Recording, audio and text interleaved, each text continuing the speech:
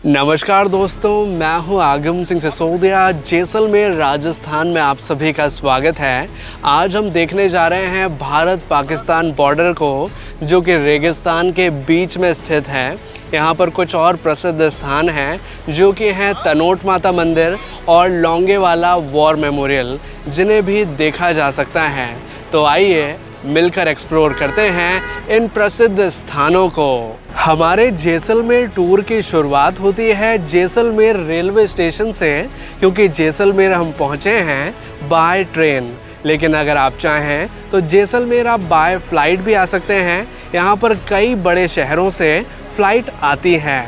लेकिन अगर आपको जैसलमेर के लिए अगर डायरेक्ट फ़्लाइट या फिर डायरेक्ट ट्रेन नहीं मिल पा रही है, तो आप पहले आ सकते हैं जोधपुर में। जोधपुर से जैसलमेर बाय बस या बाय ट्रेन बहुत आसानी से पहुंचा जा सकता है, या फिर अगर आप चाहें तो जोधपुर से जैसलमेर के लिए प्राइवेट कैब भी बुक कर सकते हैं। अब बात करें कि जैसलमेर में आप कहां पर रुक सकते हैं, तो जैसलमेर में कई सारे ऑप्शंस हैं जहां पर आप स्टे कर सकते हैं। यहाँ पर किले के अंदर भी होटल्स हैं, क्योंकि किला एक लिविंग फोर्ट है जहाँ पर लोग आज भी रहते हैं। और अगर आप चाहें तो किले के आसपास कई सारी हवेली नुमा होटल्स बनी हुई हैं जहाँ पर आप रुक सकते हैं। होटल्स की रेंज अलग अलग हैं। यहाँ पर लो बजट से लेकर हाई बजट तक आपको कई सारे होटल्स मिल जाते हैं। तो आप अपनी सहूलियत के हिसाब से यहाँ पर रुक सकते हैं। अगर आप किले के अंदर रुकते हैं तो होटल्स थोड़े एक्सपेंसिव आपको मिलेंगे, लेकिन अगर आप किले से थोड़ी दूरी पर होटल लेते हैं तो वहाँ पर आपको थोड़े लो बजट होटल्स मिल जाते हैं। अभी सबसे पहले हम चल रहे हैं तनोट माता मंदिर में दर्शन के लिए, जिसका डिस्टेंस जैसलमेर रेलवे स्टेशन से लगभग 127 किलोमीटर्स का है। इस रास्ते को क्रॉस करने के लिए हमें अपने प्राइवेट व्हीकल की सहायता लेनी होती है। अगर आप चाहें तो स्कूटी या बाइक रेंट पर ले सकते हैं, या फिर अगर आप चाहें तो टैक्सी या कैब बुक करके भी तनोट माता मंदिर तक पहुंच सकते हैं। एक्चुअल में इस रास्ते पर पब्लिक ट्रांसपोर्ट बहुत कम अवेलेबल हो पाते हैं, इस वजह से प्राइवेट साधन होना एक अच्छा ऑप्शन रहता है। अभी तनोट माता मंदिर जाने वाले रास्ते पर हम एक पॉइंट पर रुके हैं। यहाँ पर एक गांव भी है जिसका नाम है रणाऊ। इस स्थान पर हम इसलिए रुके हैं क्योंकि यहाँ से रियल डेजर्ट देखा जा सकता है। अभी आप हमारे साइड में देखेंगे तो आपको सिर्फ रेत ही रेत यहाँ पर नज़र आएगी। दूर दूर तक सिर्फ रेगिस्तान है। इस साइड में देखेंगे तो भी रेगिस्तान है, और इस रोड के उस साइड भी आप देखेंगे तो आपको रेगिस्तान ही रेगिस्तान नज़र आएगा। अगर आप चाहें तो रास्ते में इस पॉइंट पर रुक सकते हैं, कुछ अच्छे पिक्चर्स क्लिक कर सकते हैं, और अगर चाहें तो रेगिस्तान में बैठकर थोड़ा टाइम भी स्पेंड कर सकते हैं।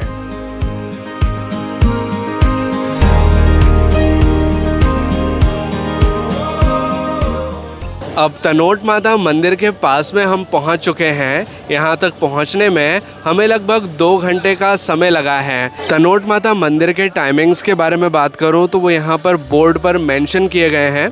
अगर बात करें मंदिर के ओपनिंग एंड क्लोजिंग टाइम्स के बारे में, तो मंदिर सुबह 4:30 बजे ओपन हो जाता है और रात को 9:30 बजे तक ओपन रहता है। लेकिन समर्स के टाइम थोड़े अलग हैं, और जो आरती के टाइम है वो भी इस बोर्ड पर मेंशन किए गए हैं। अब तनोट माता मंदिर के पास में हम पहुंच चुके हैं।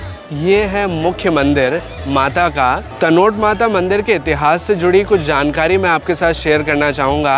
1965 में जब भारत पाकिस्तान का युद्ध हो रहा था, तो पाकिस्तान ने तनोट माता मंदिर और इसके आसपास के एरिया में लगभग 3000 बम गिराए थे। लगभग 450 बम मंदिर के प्रांगण वाले क्षेत्र में गिरे थे, लेकिन एक भी बम फटा नहीं माँ के आशीर्वाद से। इसी के साथ ही 1971 में भी भारत पाकिस्तान का युद्ध हुआ, जिसमें भारतीय सेना ने पाकिस्तानी सेना पर विजय प्राप्त की, और ये सब हो पाया माँ के आशीर्वाद से। तनोट माता मंदिर की केयर BSF द्वारा की जाती है, जो कि है बॉर्डर सिक्योरिटी फोर्स। तनोट माता मंदिर में दर्शन के लिए कई सारे श्रद्धालु आते हैं। जैसे कि अभी आप आसपास के एरिया में देखेंगे तो आपको कई सारे श्रद्धालु नज़र आएंगे, जो कि बहुत दूर दूर से माँ के दर्शन के लिए आते हैं। कई बार यहाँ पर जब हॉलीडे टाइम होता है तो काफ़ी लंबी लाइन भी लगती है, जिससे कि दर्शन करने में थोड़ा समय भी लग जाता है। अब मंदिर के हम अंदर आ चुके हैं और यहाँ से आप तनोट माता के साक्षात दर्शन कर सकते हैं।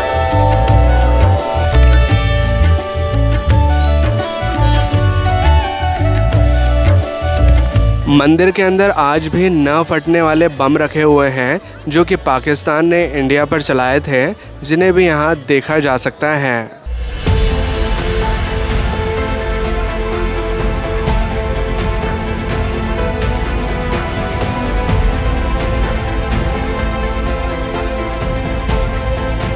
मंदिर में कई सारे श्रद्धालु रुमाल बांधकर जाते हैं। ऐसा माना जाता है कि रुमाल बांधने से उनकी मनोकामनाएं यहाँ पूर्ण होती हैं, और जब उनकी मनोकामनाएं पूर्ण हो जाती हैं तो वो यहाँ से रुमाल को खोलकर ले जाते हैं।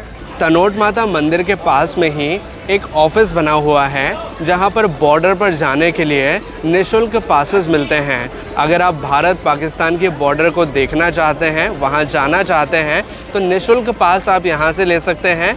लेकिन यहाँ पर एक छोटा सा फॉर्म है जिसे आपको फिल करना होता है और अपनी आईडीज़ यहाँ पर शो करनी होती है। उसके बाद आपको यहाँ से पास दिया जाता है। बॉर्डर पास लेने का समय दोपहर 3:30 बजे तक ही रहता है, तो अगर आपको बॉर्डर पास लेना है तो इस समय से पहले ही आपको ये पास लेना होगा।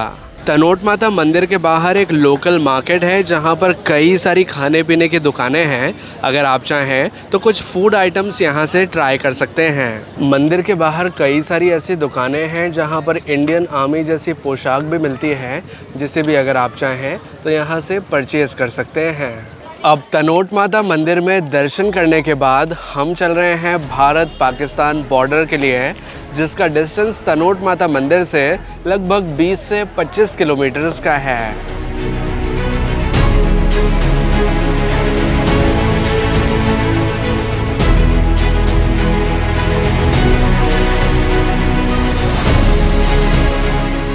अब हम पहुंच चुके हैं भारत पाकिस्तान बॉर्डर पर, जो कि जैसलमेर की बबलियान चेक पोस्ट पर स्थित है। बॉर्डर पर जब आप आएंगे तो यहाँ पर एक मेन गेट बना हुआ है जिस पर लिखा हुआ है welcome to Indo Pakistan border Jaisalmer. यहाँ पर आकर आप काफ़ी अच्छे पिक्चर्स क्लिक कर सकते हैं, जो कि आपके लिए एक बहुत ही बेहतरीन मेमोरी बन जाएंगे।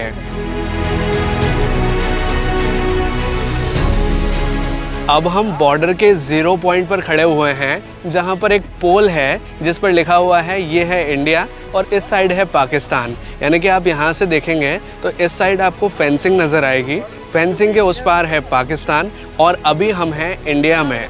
बॉर्डर पर एक 0 पॉइंट कैफ़े भी बना हुआ है जहां अगर आप चाहें तो कुछ चीज़ें ट्राई कर सकते हैं। यहां पर एक बोर्ड लगा हुआ है जिसमें किलोमीटर्स मेंशन किए गए हैं पाकिस्तान के प्रमुख शहरों के, जैसे कि लाहौर यहाँ से 300 किलोमीटर्स के डिस्टेंस पर है, कराची 680 किलोमीटर्स पे है और इस्लामाबाद 730 किलोमीटर्स की दूरी पर है। यानी कि इस पॉइंट से ये सारे डिस्टेंस मेंशन किए गए हैं। भारत और पाकिस्तान को रेड क्लिफ रेखा से विभाजित किया गया है, जैसे यहाँ पर देखा जा सकता है। बॉर्डर पर ही एक बड़ा सा वॉच टावर भी बना हुआ है जिसके ऊपर जाकर इंडिया पाकिस्तान बॉर्डर को अच्छे से देखा जा सकता है। साथ ही अगर बॉर्डर से आप देखेंगे तो पाकिस्तान का लैंड एरिया भी नज़र आता है।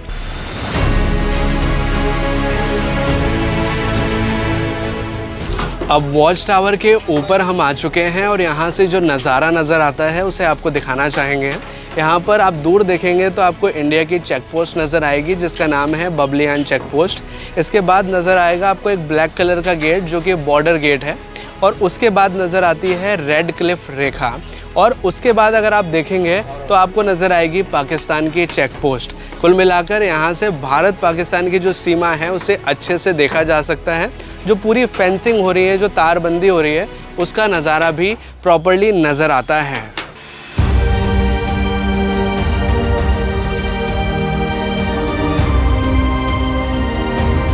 अब भारत पाकिस्तान बॉर्डर को देखने के बाद हम चल रहे हैं लोंगेवाला वॉर मेमोरियल को देखने हैं, जिसका डिस्टेंस भारत पाकिस्तान बॉर्डर से लगभग 60 किलोमीटर्स का है। और अगर आप तनोट माता मंदिर से डायरेक्टली जाते हैं लोंगेवाला वॉर मेमोरियल के लिए तो डिस्टेंस है लगभग 39 किलोमीटर्स का।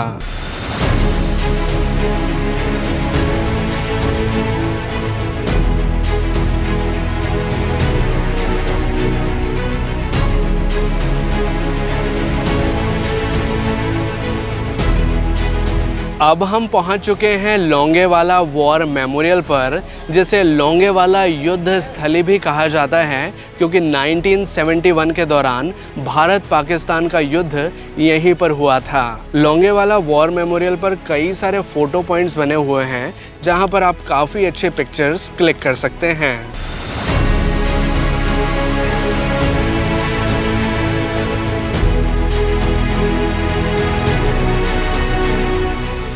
अब लोंगेवाला वॉर मेमोरियल में हमने प्रवेश कर लिया है और जिस स्थान पर हम खड़े हैं ये बैटल फील्ड था 1971 का, जब भारत पाकिस्तान का युद्ध यहाँ पर लड़ा गया था।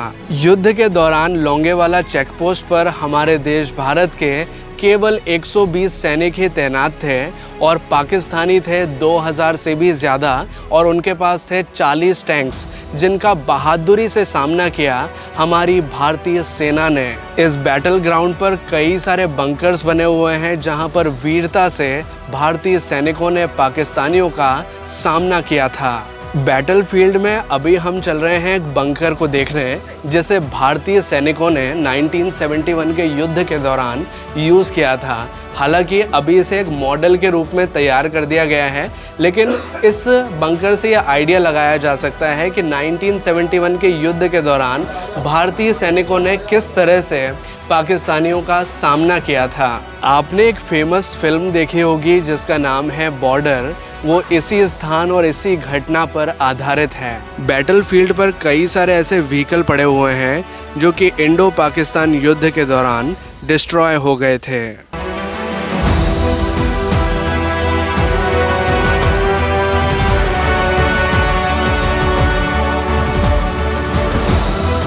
अभी आप हमारे पीछे एक पाकिस्तानी टैंक देख रहे होंगे। ये उन 37 टैंक्स में से हैं जिसे भारतीय एयरफोर्स ने डिस्ट्रॉय किया था बैटल के दौरान। 1971 के भारत पाकिस्तान युद्ध के दौरान भारतीय सैनिकों का नेतृत्व कर रहे थे मेजर कुलदीप सिंह जी, जो कि 23 पंजाब रेजिमेंट से थे।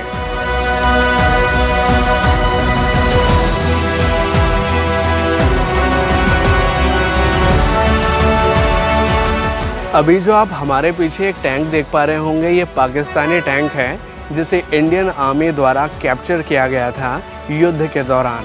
ये एक और बड़ा सा टैंक है जो कि पाकिस्तानी आर्मी द्वारा यूज़ किया गया था और इसे बैटल के दौरान कैप्चर किया गया था इंडियन आर्मी द्वारा। लोंगेवाला वॉर मेमोरियल 2 पार्ट्स में बना हुआ है। एक पार्ट में तो ये मेमोरियल वाला सेक्शन है जिसमें कि टैंक्स रखे हुए हैं और कई सारे विमान रखे हुए हैं, और दूसरा वाला जो पोर्शन है वो है म्यूज़ियम का, जो कि एक तरह का संग्रहालय है। लोंगेवाला वॉर मेमोरियल भारतीय सैनिकों की वीरता और गौरव का प्रतीक है, जिन्होंने 1971 के भारत पाकिस्तान युद्ध में अहम भूमिका निभाई थी। वॉर मेमोरियल के अंदर कुछ प्लेन्स और टैंक्स भी रखे हुए हैं जो कि भारतीय सेना द्वारा उपयोग में लिए जाते हैं। अगर आप यहाँ पर आते हैं तो टैंक्स के साथ, प्लेन्स के साथ कुछ अच्छे पिक्चर्स क्लिक कर सकते हैं।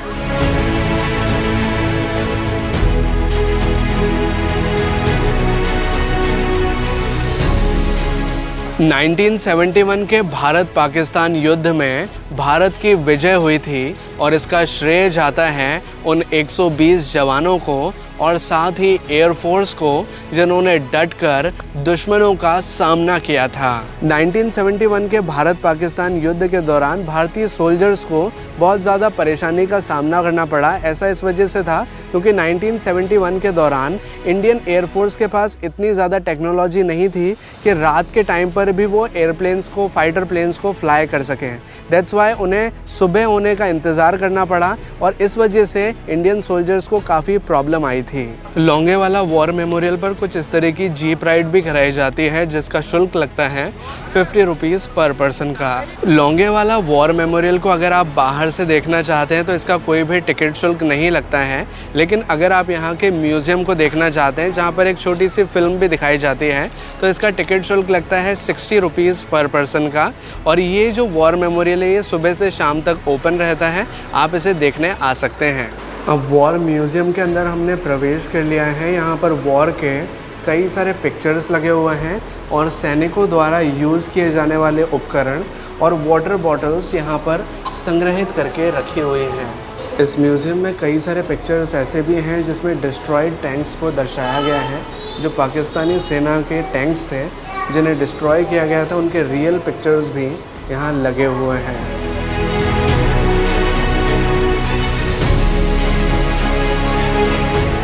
इस म्यूज़ियम में कई सारे वेपन्स को भी डिस्प्ले किया गया है जिन्हें इंडियन आर्मी द्वारा यूज़ किया जाता है। जैसे कि इस साइड आप देखेंगे तो काफ़ी बड़ी मशीन गन डिस्प्ले की गई है।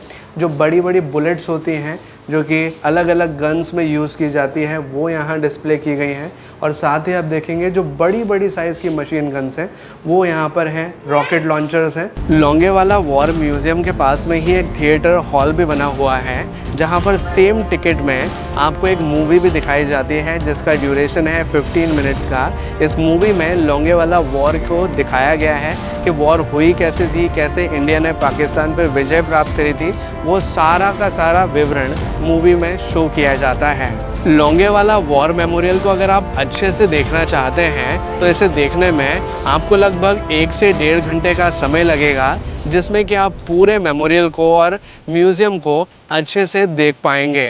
अब इस मेमोरियल को देखने के बाद हम चल रहे हैं जैसलमेर के लिए। जैसलमेर में अभी हम चल रहे हैं वॉर मेमोरियल म्यूज़ियम को देखने, जिसके रास्ते में एक तिराहा आता है और इस तिराहे में 3 टैंक्स रखे हुए हैं जिनका नज़ारा बहुत सुंदर लगता है। अगर आप चाहें तो यहाँ पर आकर टैंक्स के साथ काफ़ी अच्छे पिक्चर्स क्लिक कर सकते हैं।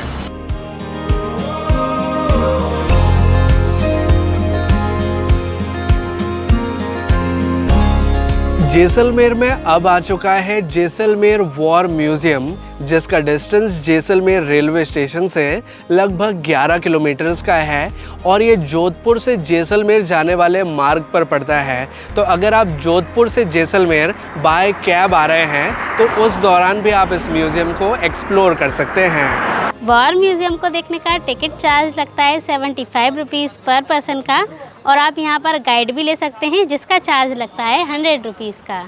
म्यूज़ियम को देखने की टाइमिंग की बात करें तो ये सुबह 8 बजे ओपन हो जाता है और रात 9 बजे तक ओपन रहता है। इसका कोई हॉलीडे नहीं रहता। ये वॉर म्यूज़ियम का लेआउट है जिसमें कि पॉइंट वाइज सभी स्थानों को दर्शाया गया है। ये सभी वे स्थान हैं जिन्हें यहाँ पर हम देख सकते हैं। म्यूज़ियम में कई सारे फ़ोटो पॉइंट्स भी बने हुए हैं जहाँ पर आप काफ़ी अच्छे पिक्चर्स क्लिक कर सकते हैं, जैसे कि ये वाला है आई लव इंडियन आर्मी।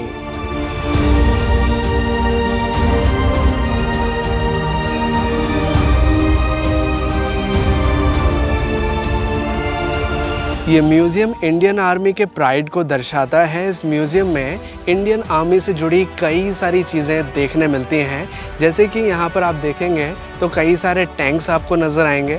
यहाँ पर एयरफोर्स का जो प्लेन है वो दर्शाया गया है। इंडियन आर्मी किस तरह से वर्क करती है, किस तरह के बंकर्स यहाँ पर होते हैं, किस तरह की छावनियाँ होती हैं, किस तरह के इंस्ट्रूमेंट्स वो यूज़ करते हैं, वो सभी यहाँ पर डिस्प्ले किए गए हैं। इस म्यूज़ियम में अभी एक इंटरेस्टिंग चीज़ हम देखने जा रहे हैं जो कि एक बंकर है जिसे इंडियन आर्मी द्वारा उपयोग में लिया जाता है। वैसे ये एक मॉडल है, लेकिन एक्चुअल में बंकर होता किस तरह से है वो हम अंदर चल के देख सकते हैं।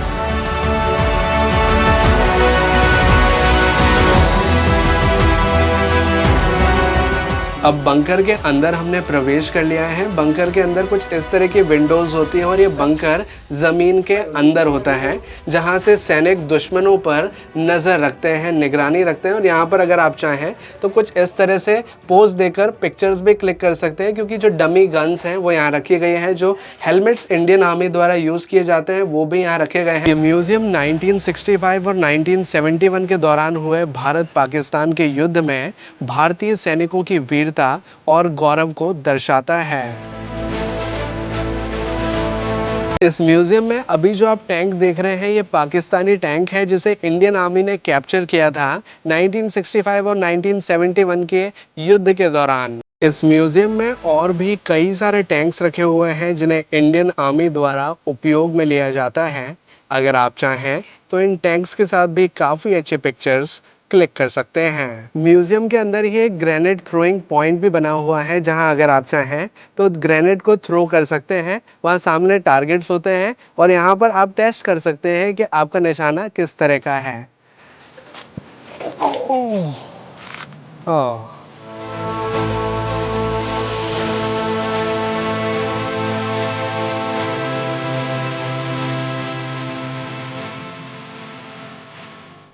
जैसलमेर वॉर म्यूजियम 2015 में बनाया गया है और ये भारतीय सैनिकों की वीरता को दर्शाता है। वॉर म्यूजियम को अगर आप अच्छे से देखना चाहते हैं तो आपको यहाँ 1 से 1.5 घंटे का समय लगेगा। तो ये थी भारत पाकिस्तान के बॉर्डर और इसके पास में स्थित कुछ प्रमुख स्थान जिन्हें देखकर हमें काफ़ी अच्छा लगा।